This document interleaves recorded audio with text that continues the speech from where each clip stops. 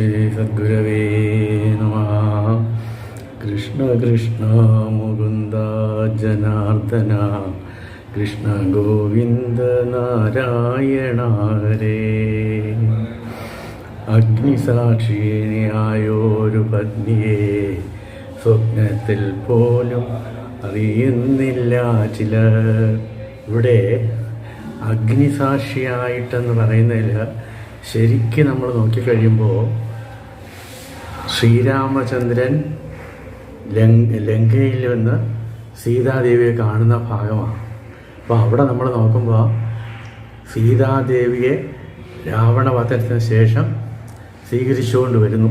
അമ്മയെ സ്വീകരിച്ചുകൊണ്ട് വരിക, നല്ല രീതിയിലൊക്കെ ഒരുക്കി. അതുവരെ മലിന വസ്ത്രമൊക്കെ ആയിരുന്നു, രാമനെ കാണാത്തതുകൊണ്ട് വലിയ വിഷമമായിരുന്നു. അപ്പോൾ ഈ രാവണവധമൊക്കെ കഴിഞ്ഞതോടെ അമ്മയെ കുളിപ്പിച്ച് നല്ല രീതിയിൽ ഒരുക്കി സീതാദേവിയെ നമ്മൾ മുമ്പ് കണ്ടതുപോലെ നേരെ രാമൻ്റെ അടുത്തേക്ക് കൊണ്ടുവന്നപ്പോഴാണ് രാമൻ പറയുന്നത് ഇതൊക്കെ ശരി തന്നെയാണ്, പക്ഷേ ലക്ഷ്മണനെ വിളിച്ചിട്ട് പറഞ്ഞു ആദ്യമായിട്ട് വിറക് കൂട്ടിയിട്ട് ഒരു അഗ്നികുണ്ഡം തീർക്കാൻ. എന്തിനാന്ന് കേട്ട് അത് തീർക്കാൻ പറഞ്ഞു. പറഞ്ഞാൽ അഗ്നികുണ്ഡം തീർത്തിട്ട് അവിടെ വാനരന്മാരും ലങ്കയിലെ ആളുകളും എല്ലാവരും കൂടി നിൽക്കുന്ന സമയത്താണ് സീതാദേവിയെ അഗ്നിയിലേക്ക് പ്രവേശിപ്പിക്കാൻ പറഞ്ഞത്. എന്തുകൊണ്ടാണ്? കാരണം തൻ്റെ പാതിവൃത്യത്തിൻ്റെ മഹത്വം തെളിയിക്കാനായിട്ടാണ്. അപ്പോൾ അഗ്നി സാക്ഷിയായിട്ട് നമ്മൾ ആദ്യമായിട്ട് കാണുന്നത് അമ്മയാണ്. അങ്ങനെ വേറൊന്ന് പറയുന്നത് അഗ്നികുണ്ഡത്തിലേക്ക് കയറുന്നതിന് മുമ്പ് സീതാദേവി പറയുന്നു എൻ്റെ മനസ്സിൽ രാമനല്ലാതെ വേറൊന്നില്ല എന്നുള്ളത് അറിയാമെന്നുള്ളത് അല്ലയോ ഭഗവാനെ അഗ്നിദേവനെ നിങ്ങൾക്കാണ്, അത് നിങ്ങൾ ജനങ്ങളുടെ മുമ്പ് തെളിയിച്ചു കൊടുക്കുക.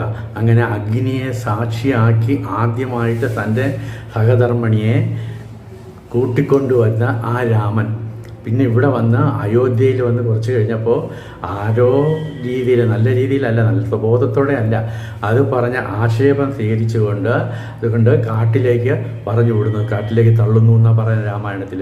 അപ്പം അങ്ങനെ വന്നപ്പോഴാണ് അഗ്നിസാക്ഷിണിയായൊരു പത്നിയെ സ്വപ്നത്തിൽ പോലും. ആ സ്വപ്നത്തിൽ പോലും എന്ന് പറയുമ്പോഴത്തേക്ക് സ്വപ്നം എന്നല്ല അർത്ഥം, എന്നുവെച്ചാൽ കൂടുതലായിട്ട് ശ്രദ്ധിക്കുന്നില്ല എന്നർത്ഥം. സ്വപ്നം എന്ന് പറയുമ്പോൾ നമ്മൾ അറിയാണ്ട് കാണുന്നതാണ്.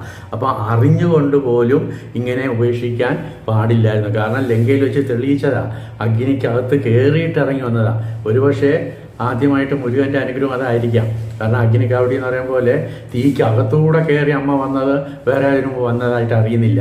അപ്പം അങ്ങനെയുള്ള ആ അമ്മയിലാണ് ഇവിടെ രാമന് സംശയം.